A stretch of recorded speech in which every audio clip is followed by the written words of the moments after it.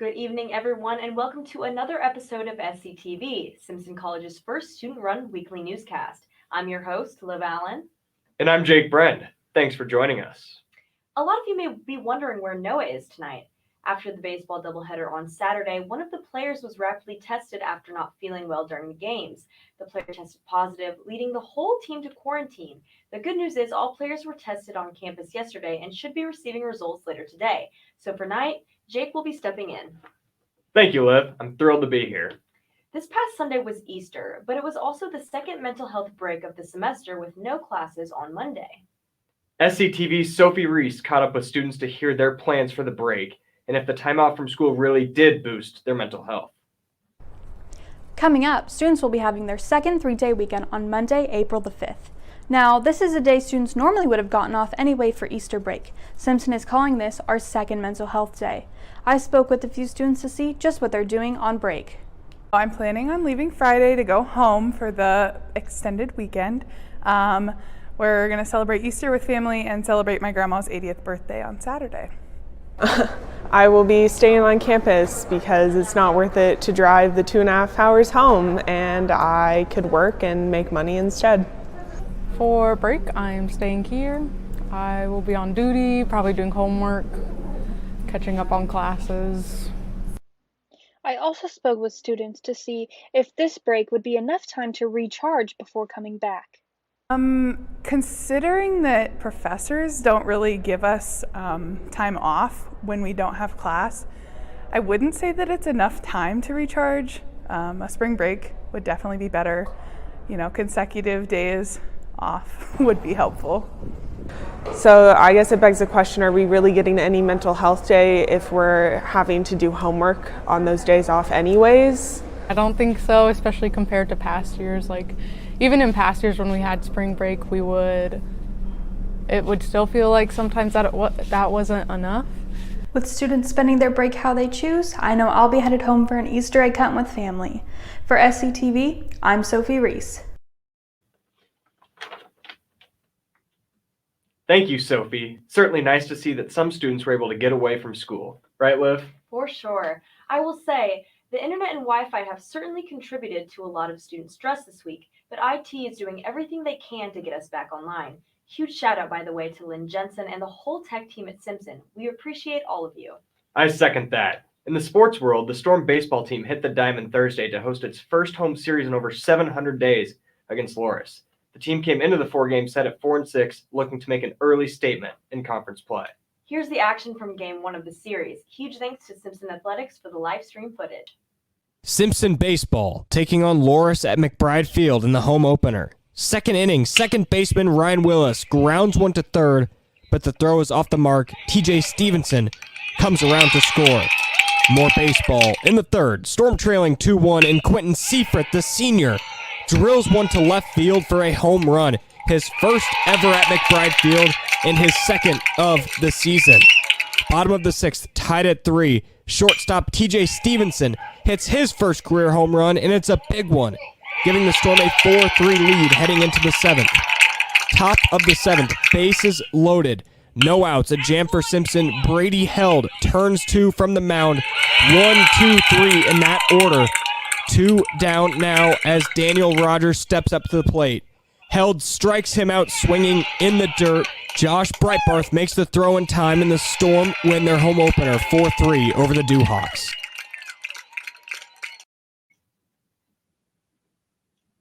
Heck of a play by Brady Held in that final inning to seal the W for the Storm. The team dropped the last 3 games against the Dewhawks, but they'll look to bounce back in their home series against Wartburg on Sunday.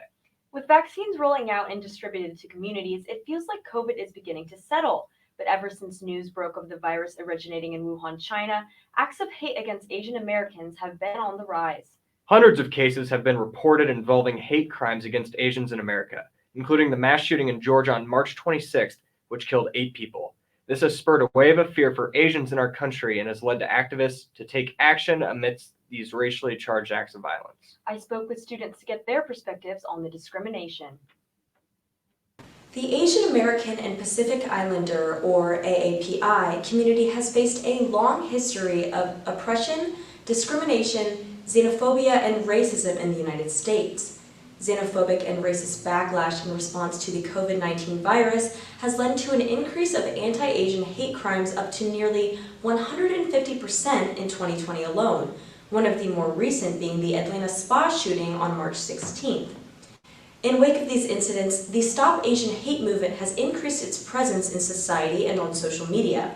I spoke with a few students on campus about what being a member of the AAPI community has been like this past year. I've kind of hid that identity of me.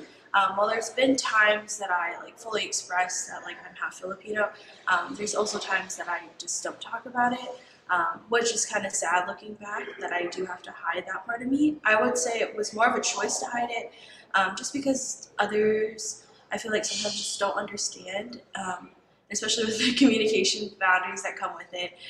That's harder. So yeah, I mean, for the most part, I've had a great Simpson experience, except for that hiding. I wish I could be more open about it and tell more people about it, because it's definitely something you should be proud of.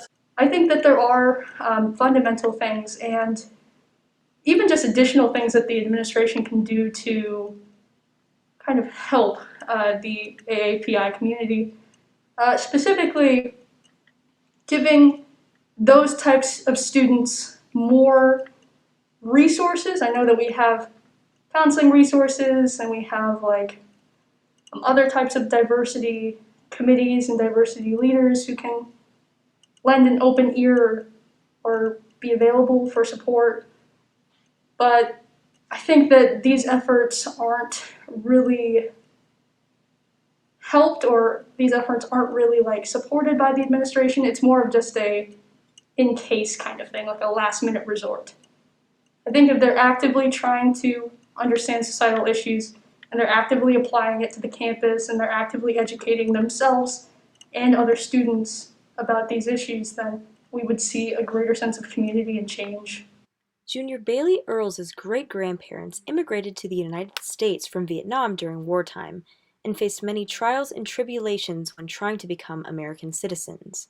Just because I'm mixed, I'm not as prone to all the racism just because of my appearance, but with everything going on with COVID and the accusations of the virus, it just become more real for me, and especially for my family.